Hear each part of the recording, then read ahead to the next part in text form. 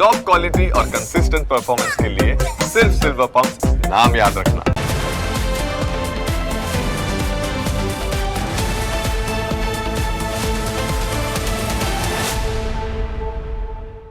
સૌથી પહેલા વાત કરીએ પશુપાલકોને કેવી રીતે ખોટા ભાવમાં ભરવામાં આવી રહ્યા છે તેના વિશે।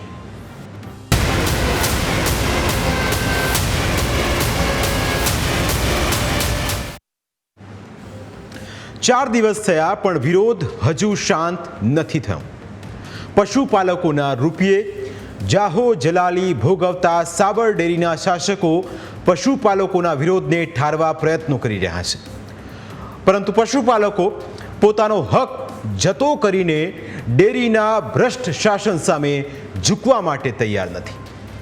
છેલ્લા 3 દિવસથી અમે ડેરીના વહીવટથી લઈને ડેરીના કારોબાર વિશે ખૂબ ઊંડાણપૂર્વક વાત કરી, પરંતુ આજે વાત કરીશું પશુપાલકોની પીડા વિશે, પશુપાલકોની વેદના વિશે।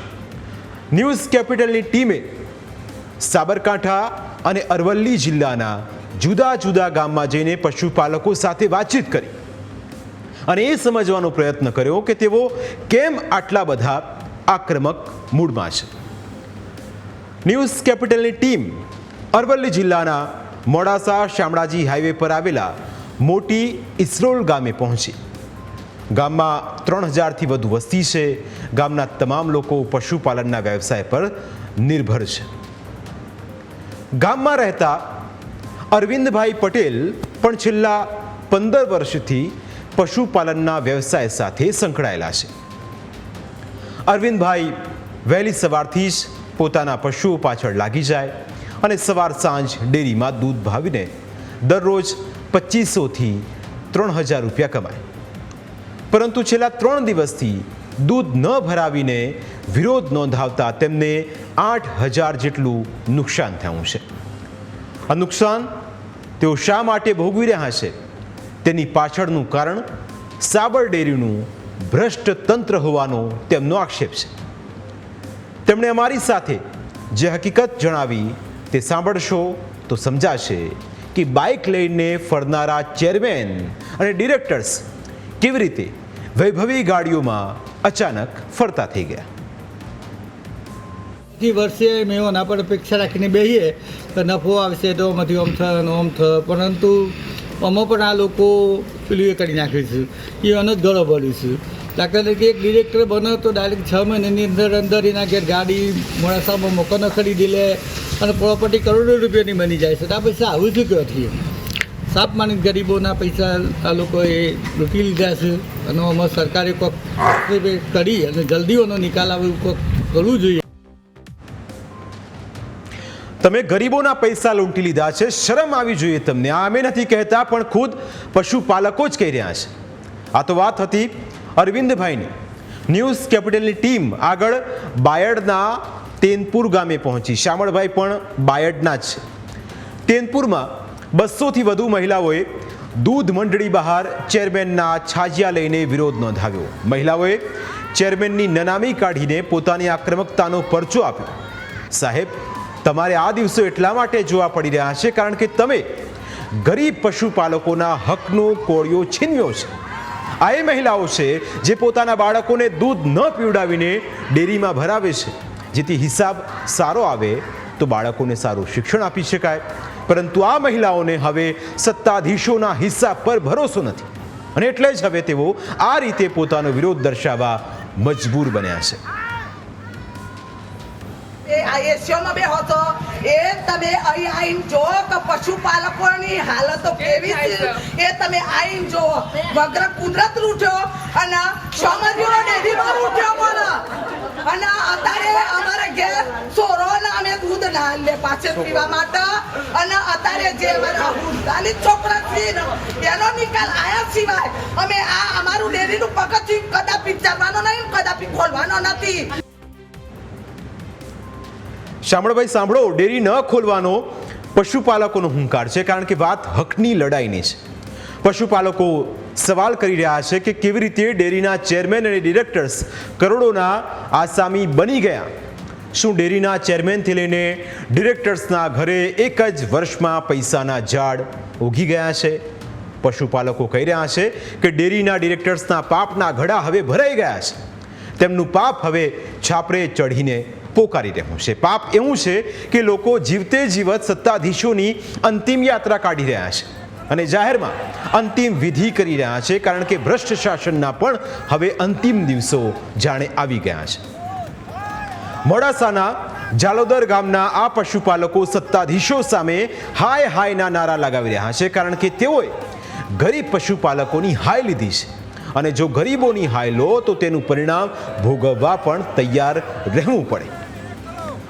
જાલોદર ગામના પશુપાલક જગદીશ કોટવાલ છેલ્લા ઘણા વર્ષોથી પશુપાલનનો વ્યવસાય કરે છે. તેઓ રાહ જોઈ રહ્યા હતા કે ક્યારે સારો ભાવફેર મળે અને ક્યારે તેમના અધૂરા કામ પૂરા થઈ જાય, કારણ કે તેમને પણ ઘરનું કામ કરાવવું હતું. પરંતુ સાબર ડેરીએ જે ભાવફેર જાહેર કર્યો તેનાથી હવે તેમની આશાઓ પર પાણી ફરી વળ્યું છે. ભાવ વધારો જો મળતો તો અમને સમયસર અમારા બિયારણો, અમારા કોઈ નવા કામો કરવા એ થઈ શકતા, પણ ત્યાં જે બેઠેલા છે એસીમાં બેસવાવાળા અત્યારે એમનું પેટનું પાણી પણ હલતું નથી. તો આ માગ અમારી સત્વરે સંતોષાય એવી અમારી માગણી છે, અને જો ના સંતોષાય તો સાહેબ આનાથી પણ ઉગ્ર આંદોલન થાય છે એવી અમારા ગ્રામજનોની અને પશુપાલકોની માંગ છે. પશુપાલકોનું કહેવું છે કે એસી ચેમ્બરમાં બેસનારા ડિરેક્ટર્સના પેટનું પાણી પણ નથી હલતું, કારણ કે અત્યાર સુધી ખૂબ તેઓએ પૈસાથી પોતાનું પેટ ભર્યું છે. લોકો સવાલ કરી રહ્યા છે કે વર્તમાન વર્ષે છેક જુલાઈ સુધી ઓડિટનું કામ કેમ બાકી રાખવામાં આવ્યું? સામાન્ય રીતે અગાઉના વર્ષોમાં જૂન મહિના પહેલા ઓડિટ પૂર્ણ કરીને જનરલ મીટિંગ કરીને પશુપાલકોને રકમ ચૂકવી દેવાતી હતી, પરંતુ વર્તમાન વર્ષે ભ્રષ્ટાચારમાં 300 કરોડ ઉડી ગયા છે અને તેના માટે ડેરીએ લોન લેવાની પણ નોબત આવી છે તેવી પણ ચર્ચાઓ છે. પશુપાલકો કહી રહ્યા છે કે ડેરીના સત્તાધીશોને તો આખી જિંદગી કશું નહીં કરે તો પણ કોઈ તકલીફ નહીં પડે, પરંતુ પશુપાલકોને ખૂબ તકલીફ પડે છે, કારણ કે ભાવફેર વિના તેમના ઘરનો વહીવટ વિખેરાઈ જાય છે. 20 થી 25% જોઈએ ત્યારે પશુપાલકોને આ પોસાય. બાકી રોજનું દૂધ ભરાય છે એ તો એના ખર્ચામાં જ જતું રહેશે. આ નફો આવે એ જ ખેડૂત પશુપાલક પોતાનો નફો સમજે છે. અને અમારી જે મંડળી છે એ એક રોજનું 2 લાખનું દૂધ ભરે છે. આજે ગરીબ લોકો અહીંના જે છે, ગરીબ એટલે જે પશુપાલક ઉપર જ નિર્ભર છે, એમને તો મોટો પ્રશ્ન ઊભો થયો છે. છોકરોની ફી ભરવાની, છોકરોના ડ્રેસ લાવવાના, પોતાનું ચલાવવું, અષાઢ મહિનામાં વાવણી કરી તે બિયારણ ઉધાર લાવેલા, ટ્રેક્ટરના પૈસા બાકી છે, બીજા કોઈ બાકી હોય, આ બધા ઘણા પ્રશ્નો છે એટલે અટવાઈ પડ્યા છે. માટે તાત્કાલિક આનો નિકાલ થવો જોઈએ. પશુપાલકો કહી રહ્યા છે કે જલ્દીમાં જલ્દી ઉકેલ લાવવો જોઈએ, પરંતુ સામે ડેરીના સત્તાધીશોએ જાણે આંખે પાટા બાંધી રાખ્યા હોય તેમ લાગી રહ્યું છે. અને એટલે જ પશુપાલકો કહી રહ્યા છે કે ડેરીના સત્તાધીશોએ ગાય કે ભેંસના આધારે પોતાનું ગુજરાન ચલાવી તો જોઈએ તો તેમને પશુપાલકોની વેદના સમજાશે, કારણ કે એમને ભેંસ કે ગાય પાળવાની નથી હોતી. અને અમે જે વસ્તુ છે અમને આજે રોજનું અમે 8,000 રૂપિયા કહે છે, એમાંથી અમારું મજૂરી ખર્ચ, સવારના 4 વાગે ઉઠવાનું, બપોરે ઘાસ વાટવા જવાનું, 3 વાગે અમારે ખાવાનું, પાછું 3 વાગે ખાઈને પાછું ચાલુ કરવાનું. અમારું સતત અમારો 12 કલાક અમારી મજૂરી રહેશે. અમને મજૂરી પણ નથી મળતી. સાહેબ સોમરભાઈને કહેતે એક ગાય બાકીમાં લાવી અને દોઈ જુઓ. સોમરભાઈ એક ગાય બાકીમાં લાવીને દોઈ જુઓ અને એનું પેમેન્ટ લઈને ઘર ચલાવો તો સોમરભાઈઓને ખબર પડે આ અમારા ઉપર જ જીવી રહ્યા છે. એનો છોકરો પણ અમારા પર જીવે છે. સાહેબ ના જે કર્યું છે ને એ અમારા ઉપર જ એણે કર્યું છે. ના આ બધું ક્યાં કરવાનું આવે છે? બનાસ ડેરીએ અમે 25% બનાસ ડેરીને પોહાય છે અને ગ્રાહકોને હાલે છે, તો આ લોકોને કેમ નથી મળતું? કાલે સોમરભાઈ જીતપુરવાળા કે એ મેં કમ્પાઉન્ડ છે, અને કમ્પાઉન્ડ તમે કરો છો, હું રિપોર્ટ પેલા કાઢું છે.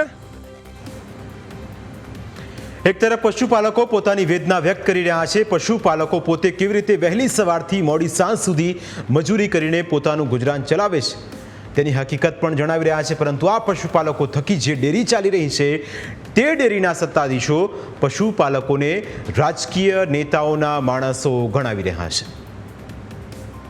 મહા મહેનતે ઉત્પાદન થતા દૂધને આવી રીતે ઢોરી કેવી રીતે શકાય?